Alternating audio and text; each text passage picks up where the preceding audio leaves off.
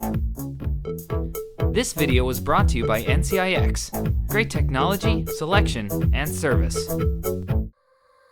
Hello everyone, this is Dimitri with Hyrule Canucks, and today we're taking a look at another Mionix mouse. If you have not seen our AVR 7000 review, go check that out.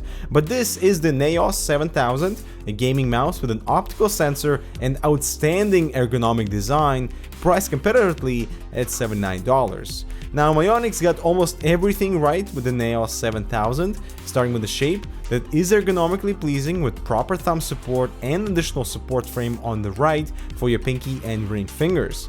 This does make the mouse a little wide, but your two right fingers are appropriately spaced out, which makes using the mouse for long gaming sessions an absolute joy.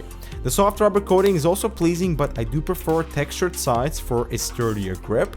Next are the switches. The two thumb buttons have a very satisfying tactile response with smooth roll-off when fully pressed, so it doesn't disturb your grip or navigation. The scroll wheel is rubberized and lit up for customization. It's a bit on the lighter side, and the scroll steps aren't as defined as I'd like, but actual middle press is very responsive and the scroll wheel doesn't wobble when pressed. So that's something I use quite often during gameplay. Also notice how it doesn't protrude as much from the frame, meaning you can easily press the middle click without activating any scroll steps, so huge thumbs up for Mionix for this subtle but important design element. Left and right clicks are also very responsive and travel time is just right for quick presses. And finally, the two buttons behind the scroll wheel would be your DPI change buttons. Of course, they are programmable in software, but at default, there is no DPI change indicator on the mouse, nor on the screen, so the only way to tell you what DPI settings you're using is really by the feel or when accessing the software. The Illuminate logo up top is of course customizable. It's not flashy in any way, so I do appreciate that, and it's also nice to color match all of your peripherals. Now, probably one of the design features that might turn many people off is the lack of weight customization.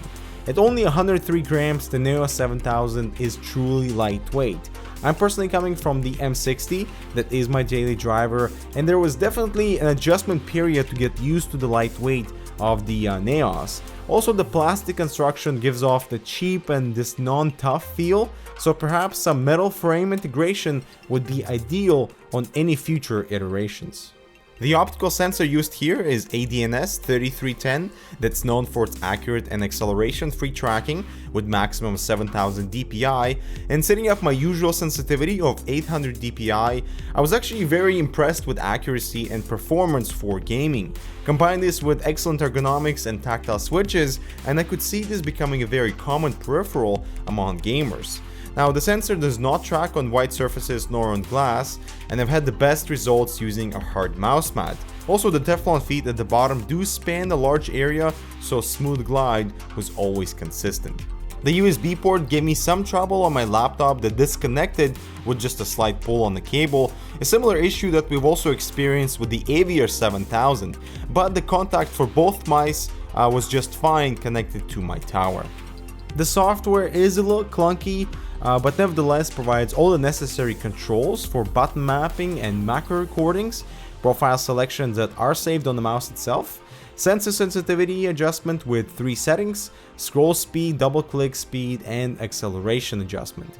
One very important feature is surface analyzer when used in conjunction with the liftoff distance to really fine-tune how the sensor reacts during liftoff events. Color, of course, can be changed with different modes, and throughout my gaming experience I've really come to love the NAOS 7000 and what it brings to the table.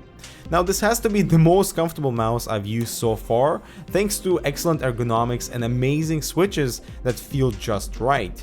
Tracking with a 3310 optical sensor is accurate, and at $79 you are getting an overall excellent gaming mouse. The biggest drawback here is the lack of weight customization. I prefer a heavier mouse and wouldn't have said no to a few extra grams, or the ability to add a few extra grams. Plus, the all plastic construction feels kind of weak compared to many gaming mice on the market that incorporate some type of metal or aluminum for the frame. Also, I hope Mionix addresses the unstable USB connection, the issue that was both present on the NAOS and AVR 7000 mice.